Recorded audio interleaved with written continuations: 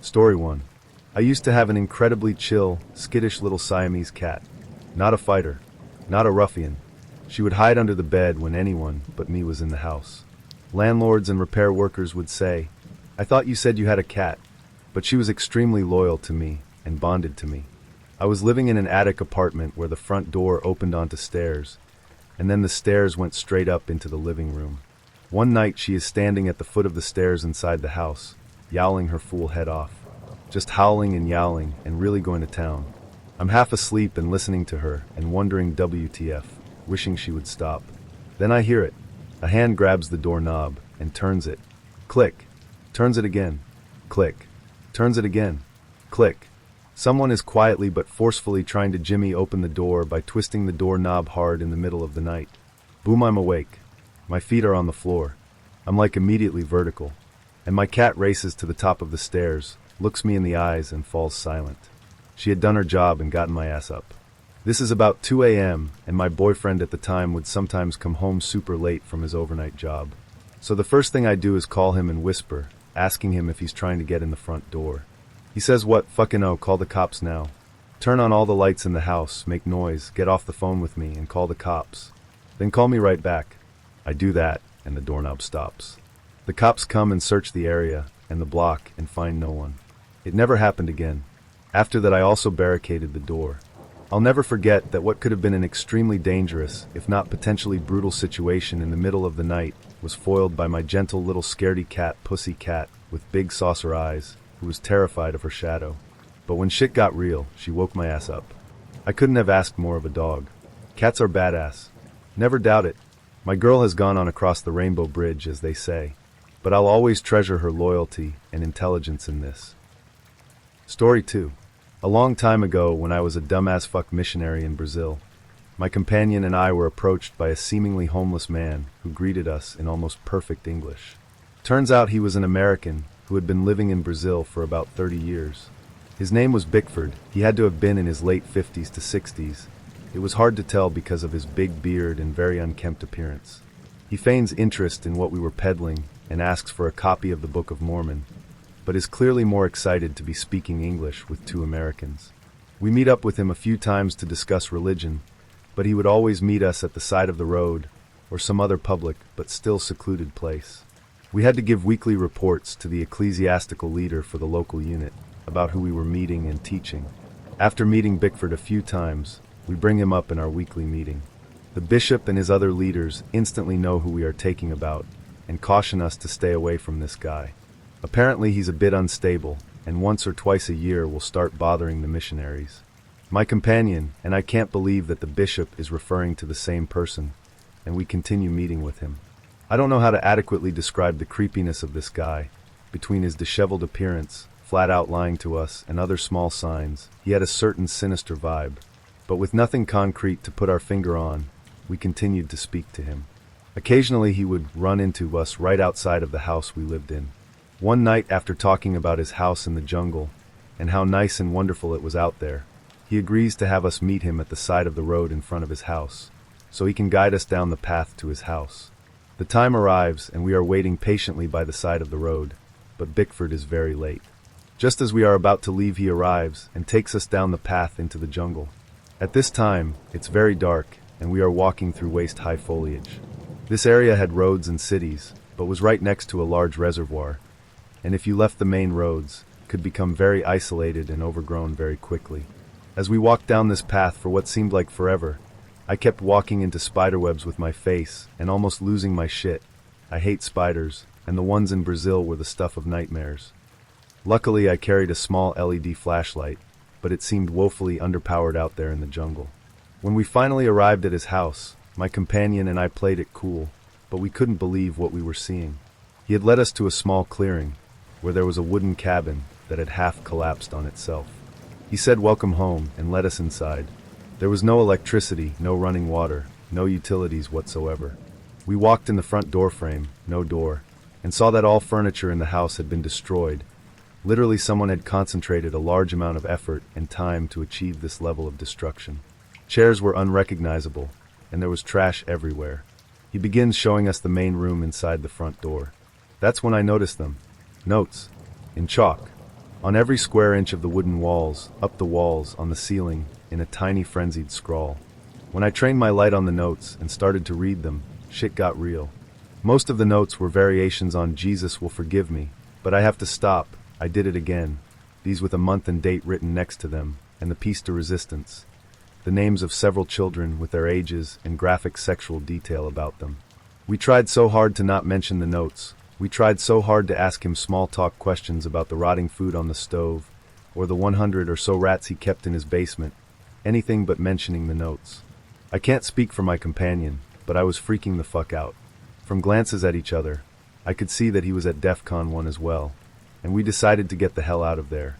We made some excuse as it was getting late, that we needed to get home, and he reluctantly offered to show us the way back, on the condition that we would come visit again. As we get out of the house, he suddenly remembers that he knows a shortcut, and tells us to follow him. The direction he's trying to lead us is clearly not the way back to the road. It only led deeper into the jungle. We politely decline, and luckily we were able to follow the trail that we had originally made through the underbrush. This time, however, I did not give a shit about the spiders. When we got back onto the road and realized we were safe, we looked at each other, as if to say, did that really happen?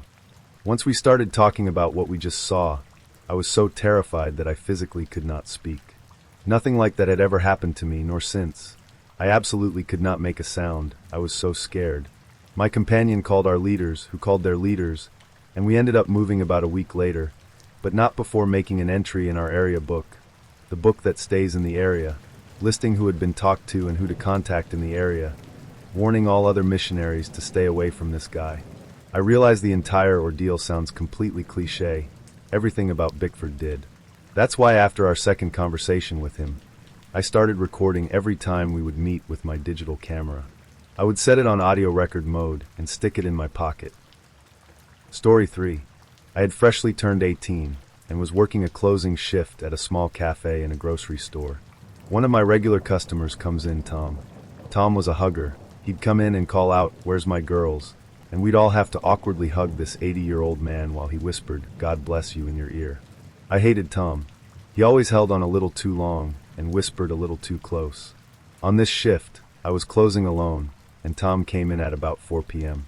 Not unusual. I dealt with the creepy and got him his coffee and bagel. He was with his wife this time. She was sweet but tired looking. He started asking me questions as I worked. What do I have to do at night? Is it hard closing alone? What time am I off? Do I ever get scared walking to my car in the dark? The questions got progressively more uncomfortable, and his wife just sat there silently.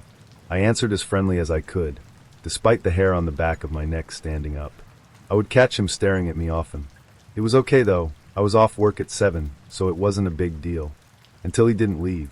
His wife went home without him, and he just stayed staring for hours.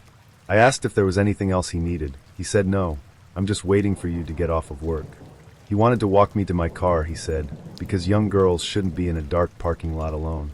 I told him it wasn't necessary and continued about my work, ignoring him now even as he stared. He left about 15 minutes before my shift ended, into the dark Michigan winter, and I breathed a sigh of relief.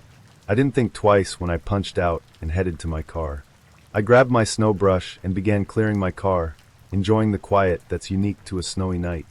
I began to hear the crunching of footsteps behind me. I brush it off. I am in a parking lot, after all. But they get closer, past any other car, and directly towards my car, parked away from the others in employee parking. I look, and it's Tom, maybe 50 feet away and smiling. He tells me that I should have looked for him. He had been sitting outside waiting for me, and I should know it's dangerous for young girls to be alone in a parking lot at night. I began shaking. I tried to open my car door, but it was frozen shut due to the earlier storm. Tom came closer, calling me a stupid girl and asking God to forgive him. I debated running back into the store. He was so old he surely couldn't keep up, right? I didn't want to chance it, though.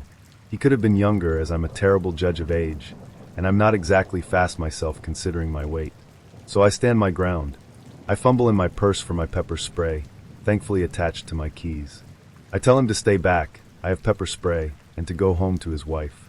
He glowers at me. I show him the teal canister. We're about 15 feet apart now. He's well within range. He calls me a bitch, spits at me, and heads back into the store. I get in my half-uncovered car and drive home, terrified. I called the store when I got home, only a mile and a half away, so about 2 minutes, and told them what had happened. They kicked Tom out and told him not to come back. He began cursing up a storm, and his wife had to come pick him up. He ended up getting arrested for child pornography a couple years later, but I don't know the details as I had moved away at that point. Can't say I'm sad to see him go, though. Story 4. Being from Utah, many people describe this place as extremely creepy. Per capita, I'm pretty sure we have more serial killers and other psychopaths than most other populations. As a Boy Scout, we did a lot of big campouts, both at merit badge camps, and then we would also do week-long trips to random spots in Utah. And one lucky year we got to go to Yellowstone. Anyways, I say this because I never really had a creepy experience in the woods that made my skin lurch off my bones. I have, however, had freaky shit happen and seen some freaky shit happen. One year we headed up to a merit badge camp in the high Uintas, a special part of the Rocky Mountains that's very high in elevation. There's lakes galore, and the weather is extremely unpredictable. The camp we went to, Camp Steiner, is the highest BSA camp in America, elevation-wise. I think it sat around 8,000 feet. In the high Uintas, wildlife is everywhere, and where there is wildlife, there are bears. Black bears here, brown bears are extremely rare, but not unheard of. At Camp Steiner, bear safety is a huge priority. They were always on us about keeping ourselves safe from the bears. They have noses that blow a bloodhound out of the water, which means that anything you have in your tent that has any sort of scent to it will attract bears. Deodorant, food, scented soaps, even fresh animal feces could attract them. At the campsites, you are provided with steel boxes that are extremely hard for bears to get into. At night, everyone puts their smelly stuff that'll attract bears in there, because the bears will try to get the food, even if it's in your tent. Black bears aren't very dangerous, but a hungry 1,000-pound animal is basically unstoppable compared to a bunch of teenagers that just want to eat cookies all night. The tents have been divided up to the different age groups. The older boys got the huge tent, and all 6 of them shoved themselves in there for the night. They took the bear problem pretty seriously, ages 16 to 17, so they made sure to lock up their equipment in the box. The younger boys were split up into smaller groups, and each small group got a small tent. I brought my own tent, so I got to sleep in my own tent.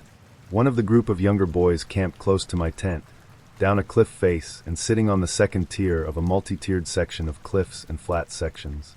It's an amazingly beautiful spot. They were loud a lot, but it never really bothered me. They talked about girls until midnight, second day into the trip. Them, being young, didn't take the bear precautions very seriously, so they still had candy and soaps in their tent. A 2-man tent holding 3 people, of course. I took it seriously. The younger boys were ages 13 to 16, because I looked up to the older boys and didn't want to risk it with a bear. Nothing about a bear encounter is pleasant. The night passes just fine. I didn't hear anything or get awakened by anything. I'm mingling during breakfast, and I overhear both the younger boys talking spastically, and the older boys in their separate group talking in the same manner. I investigated. The younger boys claim they woke up in the middle of the night to something sniffing their tent and scratching at the mesh window. I didn't take them seriously. They were most likely looking for attention, I thought. I went to the older boys and they explained how they heard a grunt and heavy breathing last night, unmistakably a bear. One of the boys realized they forgot to remove a pack of Oreos from their tent, and in a spastic move to ail the situation, they opened the tent and chucked the Oreo contained outside, hoping to appease the bear and make it go away. No one thought much of it when the bear seemingly went away. The older boys had proof of their encounter. The half-full Oreo tray had been crumpled, and every crump of Oreo was gone. The adults in charge caught wind of this, yet everyone antagonized the younger boys, in a friendly banter sort of way. Anyways, as I said before, the weather in the high Uintas is extremely random, and against all odds, it rained nonstop for the next 4 days. Everyone was miserable. I personally had 0 dry clothes, no clean sleeping bag, and I was very cold.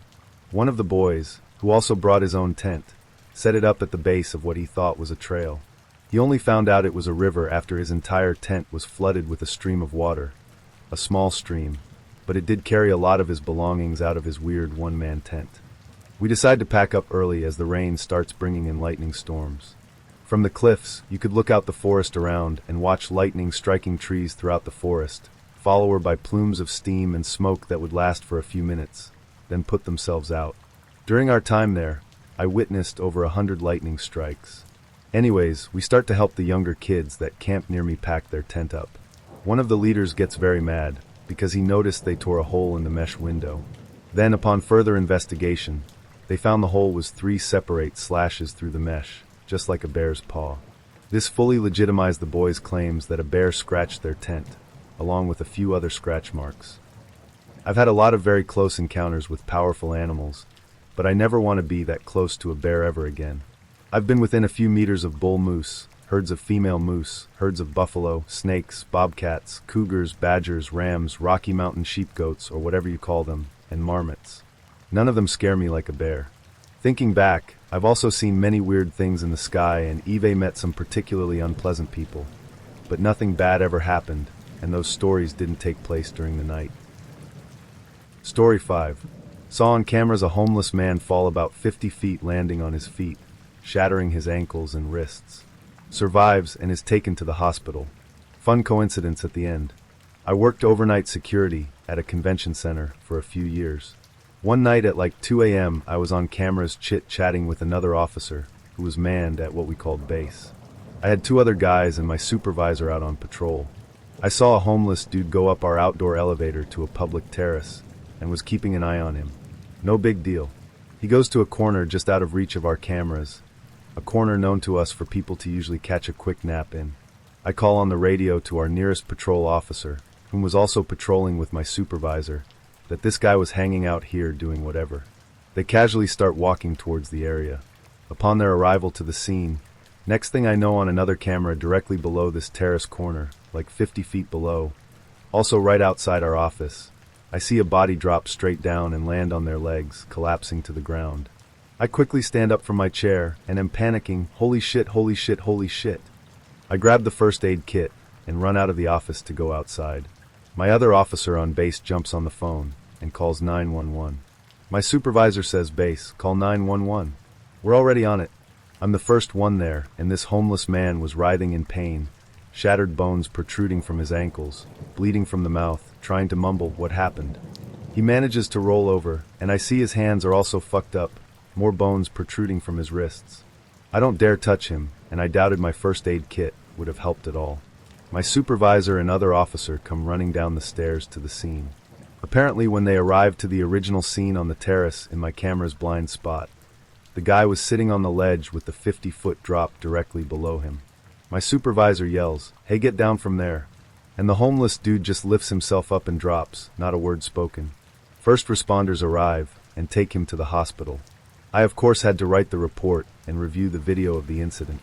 A cop comes an hour later and shares his condition that he survived but will most likely never walk again. No major internal organ damage. Now for the major coincidence. A few days later I get a new roommate who brings his girlfriend over. We're all hanging out, talking, drinking. I share that I work security at so-and-so, and the new roommate's girlfriend says, "Oh, didn't you guys just have a homeless man fall off your terrace and almost die?" WTF? How'd she know that? There was no media coverage. She wasn't there. Apparently she was the godmother of his children, best friends with the mother. She shares that he was a homeless alcoholic junkie that constantly fought with the police and was in and out of jail multiple times. She got the call that he attempted suicide and rushed with the mother to the hospital to see him. She shared his conditions with me and that he was in critical condition but expected to survive. Her and my roommate shortly broke up and I never saw her again. Story 6. I worked night shift at a group home for disabled adults. It was a pretty chill job. Generally, I showed up for work at 9 p.m., finished up some household chores, did the dishes, swept and mopped the floors, took out the trash, folded some laundry, stuff like that, and then watched TV with one of the clients until he was ready for bed. After I helped the aforementioned client into bed, I slept on the couch until about 7 a.m. when it was time to get them up, give them their meds, and make them breakfast. Then I was done at 9 a.m. and had the day to myself. It would have been the perfect job if one of the clients didn't hate me. I guess I looked like a relative that abused him or something. But he was an alcoholic and usually passed out drunk by the time I got there, and wasn't a morning person for the same reason, so I didn't really have to deal with him much. Then one night was a perfect storm of events. The alcoholic client was still up when I arrived for my shift, which was a bit of a bummer since he swore at me and called me names, but I helped him make a snack and he went to bed after eating. The next thing I know, there are EMTs knocking on the door. The client had called them because he was in pain. The EMTs assessed him and stated that they didn't see a reason to bring him to the hospital since the pain was caused by a chronic condition, but he demanded to be taken anyway, so they loaded him up into the ambulance and went. I couldn't go with him because I was working alone and had two other, much less independent clients to look after. The managers that were normally on call were away at a conference, so I called my immediate supervisor, who was acting on call, to inform her of what happened. My supervisor's husband was at work and she was home alone with her young children, so she couldn't go to the hospital. She didn't want to call someone in either, so the plan was that the client would have to stay at the hospital overnight and she would pick him up in the morning. It wasn't an emergency, so the nurses at our small town hospital probably wouldn't call in the doctor, and the client likely wouldn't be seen until the doctor came in to do rounds at about 4 to 5 a.m., so it should have been fine. About an hour later, I got a call from the ER nurses with an ultimatum. Come pick up the client right now, or they're calling the cops because he is causing a disturbance. Awesome. I got the client on the phone and explained that I was trying to find him a way home, but he had to calm down in the meantime. I told the nurses I would call them back as soon as I figured something out. I called every taxi in the phone book, but of course none of them were running since it was a weeknight, and the bars had already closed for the night. I was weighing getting into my car and picking him up myself since the other clients were in bed, and I would only be gone like 20 minutes tops when I had an epiphany. Some kid was trying to start his own Uber knockoff in my town. I got the kid on the phone, and he agreed to pick up the client from the hospital. He demanded an absurd amount of money for the service, but whatever, I was desperate. I called the nurses at the hospital and explained the updated plan, but the client had calmed down since their last call, and they were waiting on some tests to come back. Fucking awesome, girls. Thanks for letting me know. Great fucking teamwork. The nurses assured me they'd be quick, and the kid agreed to wait at the hospital until the client was done. So crisis averted, I guess. Then I had to figure out how to pay the kid for picking up the client. The client had no money and a fucking course. The petty/emergency cash box was empty. All I had on me was my debit card, and there was no way this kid had a debit machine on him.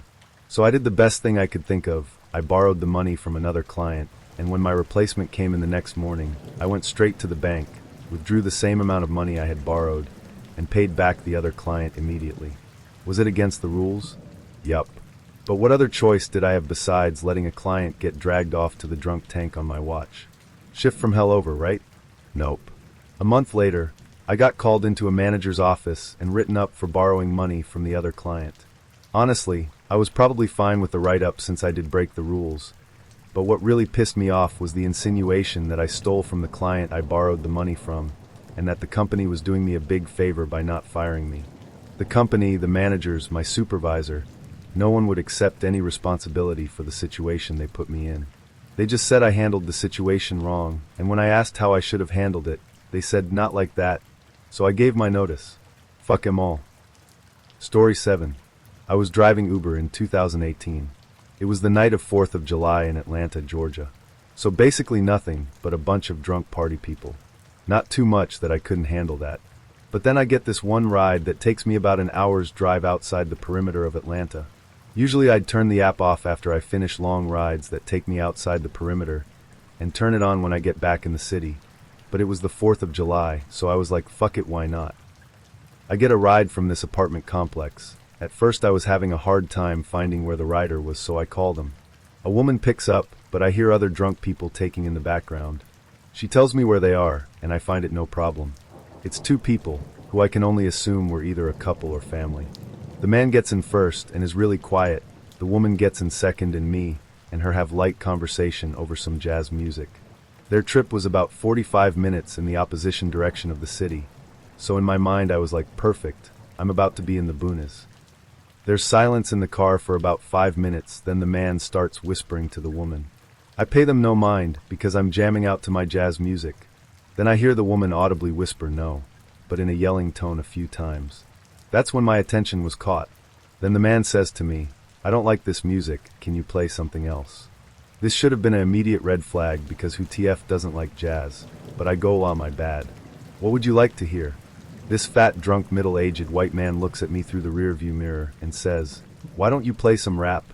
Now JSYK, I'm black. Also, I usually give people the shadow of a doubt in my car when driving them around, and what music they like to listen to. So, I wasn't judging him, but I definitely became skeptical at this point. So y'all know the story only gets worse from here. At this point I can tell that this man is very drunk by how he smelled and how he was talking. So I obliged him and turned the radio to some generic hip-hop station. A couple minutes go by and he says, "I don't like this kind of rap, got anything else?" I say to him, "The only other rap music I have is on my phone, but I must warn you it's uncensored, is that okay?" He goes, "Yeah, sure, play it." So I start setting up my phone's MP3. Meanwhile, the middle-aged white woman, who's also riding with us, is completely silent now. So I put on Kendrick's Untitled Unmastered. It was like the second track on the album. The song plays out, and there's a confusing silence in the car. I thought maybe he'd ask who this was or what song it was, but nothing, just silence as the song played.